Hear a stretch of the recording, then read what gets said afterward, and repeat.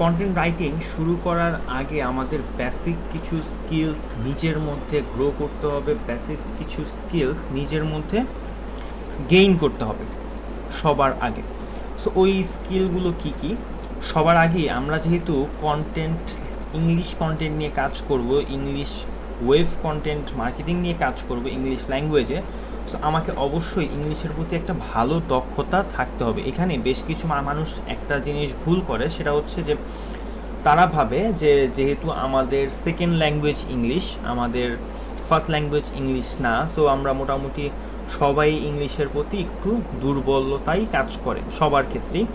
So এই জিনিসটা তাকে সবসময় পিছিয়ে রাখে বলতে কি, এই যে ধারণাটা যে আমি তো ইংলিশে দুর্বল, বাট ইংলিশ কন্টেন্ট নিয়ে কাজ করতে অনেক হাইলি স্কিলড হতে হয়, হাইলি দক্ষতা আমার অর্জন করতে হয় ইংলিশের উপর, কিন্তু এমনটা কিন্তু না। এখানে আপনার কতটুকু দক্ষতার প্রয়োজন? জাস্ট একটা মিনিংফুল সেন্টেন্স ক্রিয়েট করার দক্ষতা যদি আপনার থাকে, ইরোর ফ্রি, এবং আপনি যে ভ্যালিউটা প্রোভাইড করতে চাচ্ছেন আপনার অডিয়েন্সকে, আপনি যেটা বুঝাতে চাচ্ছেন সেটা যদি আপনি নির্ভেজাল বা গ্রামাটিক্যাল ইরোর ফ্রি আপনি আপনার অডিয়েন্সকে বুঝাতে পারেন, লিখে বুঝাতে পারেন, তাহলে আপনি ক্যাপেবল ইংলিশ কন্টেন্ট নিয়ে কাজ করার জন্য। ঠিক আছে? আর আপনি যদি ভাবেন যে না, আমার অনেক অ্যাডভান্স লেভেলের ভোকাবুলারি ইউজ করতে হবে, অ্যাডভান্স লেভেলের গ্রামাটিক্যাল রুলস জানতে হবে, আমার লেখার মধ্যে এই ডিফারেন্ট টাইপের গ্রামাটিক্যাল ইউজ থাকতে হবে, ডিফারেন্ট টাইপের অ্যাডভান্স ভোকাবুলারিজের ইউজ থাকতে হবে, তো আপনি পুরোপুরি ভুল। এখানে আমাদের কমন বা পপুলার ভোকাবুলারিজ ইউজ করতে হয়, আমাদের সিম্পল সেন্টেন্স ইউজ করতে হয়, যেন আমার রিডার, যার ইংলিশ সেকেন্ড ল্যাঙ্গুয়েজ, সেও যেন পড়ে আমার কন্টেন্টটাকে পড়ে বুঝতে পারে, ভালো লাগে এবং এঙ্গেজ থাকে। এটাই হচ্ছে আমার মেইন ফোকাস। দ্যাটস ওয়াই আমরা যদি মিনিংফুল একটা সেন্টেন্স তৈরি করতে পারি, ইরর ফ্রি এবং মিনিংফুল, তাহলে আমরা capable to start English content writing. Second স্কিলটা হচ্ছে আপনার রাইটিংয়ের প্রতি প্যাশন থাকতে হবে। এখন আপনার যদি লিখতে ভালো না লাগে, তাহলে কিন্তু কন্টেন্ট রাইটিং ভাই আপনাকে দিয়ে হবে না, কারণ এটা টোটালি একটা ক্রিয়েটিভিটির কাজ, এটা কখনোই জোর করে হয় না। এই লেখার প্রতি আপনার যদি লিখতে ভালো লাগে, তাহলেই একমাত্র আপনার এই কাজটা হবে আপনাকে দিয়ে, otherwise it's quite impossible for you. So আপনার যদি লেখার প্রতি প্যাশন থাকে, তাহলেই একমাত্র আপনি কন্টেন্ট রাইটিং শুরু করতে পারবেন বা করতে পারেন। আচ্ছা, এই ক্ষেত্রে আবার একটু ভিন্ন মতভেদ আছে। ভিন্ন মতভেদ বলতে কি, ভিন্ন একটা অ্যাডভান্টেজ আছে, যাদের প্যাশন নাই, কিন্তু তারপরে অনেকে শিখে যে আমি এসইও ফ্রেন্ডলি কন্টেন্ট রাইটিং কীভাবে করে সেটা আমার শিখতে হবে, কারণ কি আমি মার্কেটে একজন এসইও এক্সপার্ট হিসেবে কাজ করব, তাকেও এসইও ফ্রেন্ডলি কন্টেন্ট রাইটিং কীভাবে করতে হয় এটা শিখতে হবে, জানতে হবে। এটা শিখা এবং জানা কম্পালসারি। কেন? সে একজন রাইটারকে হায়ার করবে, এখন তার রাইটার তাকে কোয়ালিটি কন্টেন্ট দিচ্ছে কি দিচ্ছে না, এই কোয়ালিটিটা জাজ করবে কে? অ্যাজ এ ক্লায়েন্ট আপনি। কারণ এসইও এক্সপার্ট হতে হলে আপনাকে অবশ্যই একজন এসইও কন্টেন্ট রাইটিং কোয়ালিটি জাজ করা শিখতে হবে, এবং তার জন্য আপনাকে কোয়ালিটি কন্টেন্ট কাকে বলে সেটা জানতে হবে। ইনফ্যাক্ট ডিজিটাল মার্কেটিংয়ের প্রতিটা সেক্টরেই তো ভাই কন্টেন্টের কোনো অল্টারনেটিভ নেই। সো আপনি যদি ডিজিটাল মার্কেটিং নিয়ে কাজ করতে চান, আই গেস আপনার লেখার প্রতি প্যাশন যদি থাকে, তাহলে শিখার পরে আপনি এটাকে অ্যাজ এ ক্যারিয়ার হিসেবে সেট করে নিতে পারেন। আর যদি প্যাশন না থাকে, তাহলে এই যে স্কিলটা আছে, এটাকে কিন্তু আপনি অন্যান্য রিলেভেন্ট সেক্টরের মধ্যে রকেটের মতো বুস্ট করতে পারেন।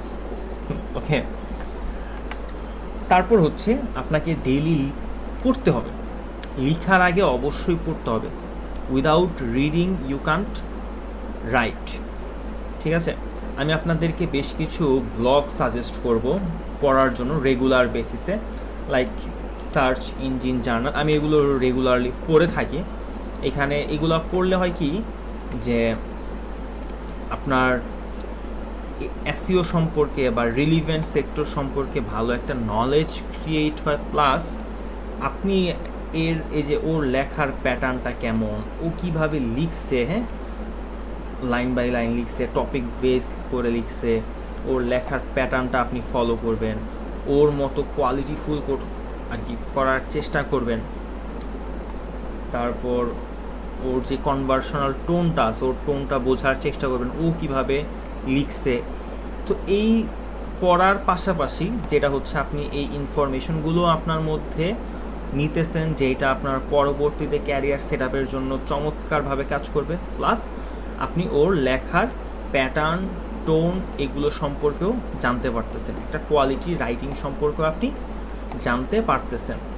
এই দেখেন video marketing, the definitive guide, এই যে পুরো এখানে কিন্তু আর্টিকেলের মধ্যে আপনি ভিডিও মার্কেটিং সম্পর্কে ভালো একটা আইডিয়া পেয়ে যাবেন। তারপর হচ্ছে কপি ব্লগার, এখান থেকেও আপনি রাইটিংয়ের চমৎকার চমৎকার অসাম আপনি হ্যাকস পাবেন, টিপস পাবেন। এই ব্লগগুলো আমি সবাইকেই পড়ার জন্য সাজেস্ট করে থাকি। তারপরে হচ্ছে এই যে দ্য রাইট লাইফ, তারপরে হচ্ছে এটা কোনটা, কনকেট, এই ব্লগটাও অস্থির একটা ব্লগ। তারপর আসতেছে হচ্ছে ক্রাউড কন্টেন্টের, এই কন্টেন্টটাও চমৎকার একটা কন্টেন্ট। তারপর আসতেছে এনহ্যান্সিং মার্কেটিংয়ের অনেক চমৎকার চমৎকার টিপস আপনি এখান থেকে জানতে পারবেন, ওদের লেখার কোয়ালিটিটাও অসাম। সো এই ব্লগগুলো আপনি ডেইলি পড়বেন, অ্যাটলিস্ট আধা ঘন্টা থেকে 1 ঘন্টা, তাহলে আপনার নলেজও বাড়বে, প্লাস হচ্ছে আপনার আর্টিকেল লেখার অনেক অনেক ইমপ্রুভ হবে, যেটা আপনি কল্পনাও করতে পারবেন না। তারপর হচ্ছে কুইক লার্নার হতে হবে আপনাকে। কুইক লার্নার বলতে এটা যদিও সময়ের সাথে সাথে হয়, প্রথম দিকেই হয় না, বাট কুইক লার্নার হওয়ার চেষ্টা করবেন শুরুর দিক থেকেই। কারণ আমাদের অনেক সময়ই দেখা যায় যে ছোট ছোট অনেক জিনিস আমরা জানি না, বা নতুন নতুন অনেক কিওয়ার্ড আমরা এর আগে কখনো শুনি নাই, বা এটা নিয়ে কখনো কাজ করি নাই, ওইটা সম্পর্কে আমাদের রিসার্চ করতে হয়, জানতে হয়, এক্সপার্ট হতে হয়, তারপর ওইটার উপরে একটা কন্টেন্ট লিখতে হয়। সো কুইক লার্নার হওয়ার চেষ্টা শুরু থেকেই করার চেষ্টা করবেন। তারপর হচ্ছে বেসিক কম্পিউটার নলেজ, এটা দিয়ে কী বোঝাচ্ছি আমি? বেসিক কম্পিউটার নলেজ বলতে এই যে আমি একটা প্রেজেন্টেশন, স্লাইডের মধ্যে একটা প্রেজেন্টেশন আপনাদেরকে দেখাচ্ছি, প্লাস হচ্ছে আমরা কিন্তু গুগল ডক্সে কাজ করব, ওই গুগল ডক্স ইউজ করা, কিভাবে একটা গুগল ডক্সের মধ্যে লিখতে হয়, কিভাবে এক্সটেনশন অ্যাড করতে হয়, এই যে জিনিসগুলো আপনাদেরকে অবশ্যই জানতে হবে। কারণ আমরা এখানে বেশ কিছু টুলসেরও ইউজ করব, কারণ আমাদের কন্টেন্টটাকে এসইও ফ্রেন্ডলি করার জন্য। ওকে, লাস্ট হচ্ছে আপনাকে আপনার কন্টেন্ট রাইটিং রিলেটেড অন্যান্য যেই সেক্টরগুলো আছে, যেমন আপনার কন্টেন্ট র্যাঙ্ক করার জন্য আপনাকে বেশ কিছু এসইও রুলস জানতে হবে, অন পেজ, অফ পেজের, বা আপনার ওয়েবসাইট রিলেটেড বেশ কিছু জিনিস কাজ করে একটা কন্টেন্ট র্যাঙ্ক করার জন্য।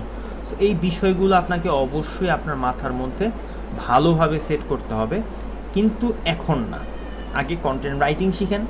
কন্টেন্ট রাইটিংয়ে যখন আপনি এক্সপার্ট হয়ে যাবেন, কন্টেন্ট রাইটিং প্র্যাকটিস বা সার্ভিস প্রোভাইডের পাশাপাশি আপনাকে এই রিলিভেন্ট সাইটগুলো নিয়েও আপনার বেসিক নলেজ অবশ্যই রাখতে হবে, যদি মার্কেটে একজন এক্সপার্ট হিসেবে কাজ করতে চান।